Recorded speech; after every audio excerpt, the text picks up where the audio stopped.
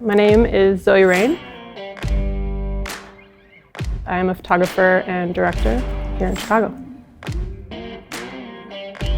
Tell us about some of your first memories using cameras. Some of my first memories, let's see. I'm trying to think of something that's not like illegal.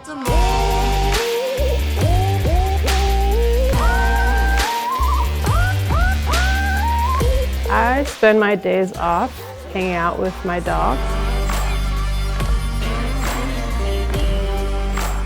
I'm kind of an introvert, so I like to chill at my house, play video games, water my plants, really just kind of lay low and relax. Yeah, my first memories smoking cannabis was under a bridge outside my high school.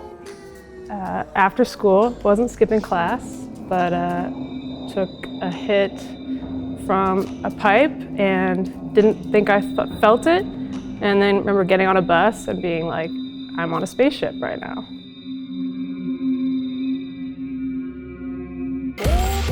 I like to smoke weed watching like documentaries or even playing video games and trying to kind of be immersed in the storyline or kind of look at it from a different perspective.